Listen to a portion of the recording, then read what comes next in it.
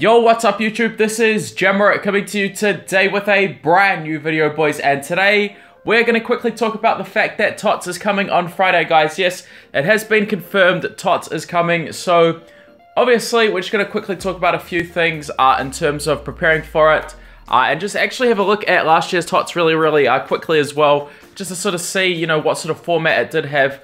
However, guys, obviously first and foremost you want to start saving stamina.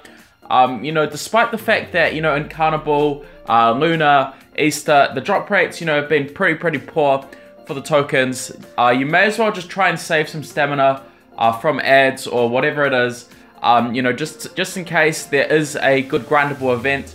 I've been pretty much slacking on ads. I haven't had any sort of time or just interest in watching the ads, but I will watch a few ads now going forward to try and save up some stamina.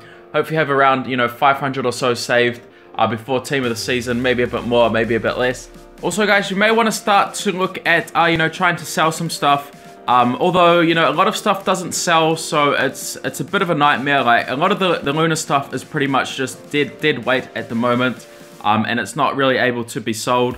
I mean, I've got various investments all over the place, guys, and I'm going to try and sell some stuff. I don't know if it will, because with team of the season, usually there is some sort of like market crash, or there will be coin packs, and you know, everything will just lose even more value. But who knows, guys? It's so hard to actually sell stuff in the first place, you know, to actually get your coins up. But you know, for me, luckily I was able to sell a lot of my investments before this market change, so it's all right for me. But I know that a lot of people are sort of in situations where it's looking quite bad, guys.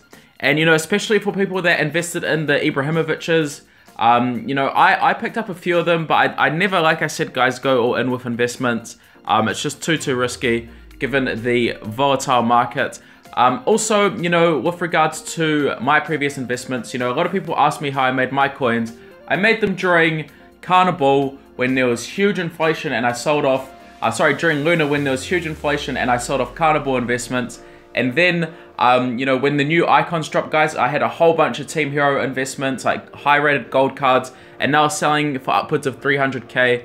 So, you know, I was pretty lucky, but like a lot of people, guys, you know, we're pretty much stuck with these Lunar New Year's cards, and there's not much we can do with them. There really isn't much to do with them, unfortunately, other than try and list them up and hope that they sell. But the likelihood of that, guys, is, you know, next to none. I've also got some sell Ks as well, but who knows, guys, who knows?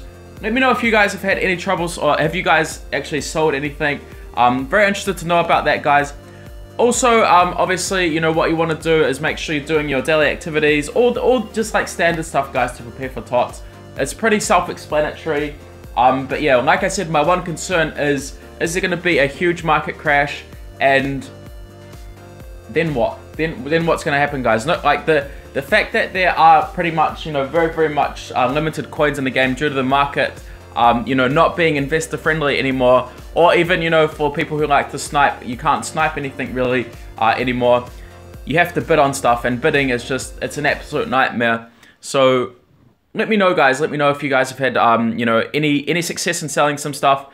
Always interested to know about that. I'm also thinking about selling some Colemans, you know, some Forsters as well, to see if we can get our coin back from them. But I'm pretty sure I'll make losses on all those cards, but they're just sitting there as dead weight, and I don't know when I'll be able to use them as rank up potential, because who knows what sort of ratings we'll get in TOTS, guys. Because if the TOTS cards are going to be high rated, then, you know, it's just going to drive down those cards even further, because their price is pretty much in the drain anyway.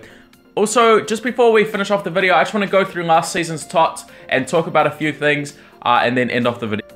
So, guys, just looking back at a few highlights from Team of the Season last year, this was a team that we did build. Initially, Team of the Season last season, we didn't have any coin packs, and it was just FIFA point packs only.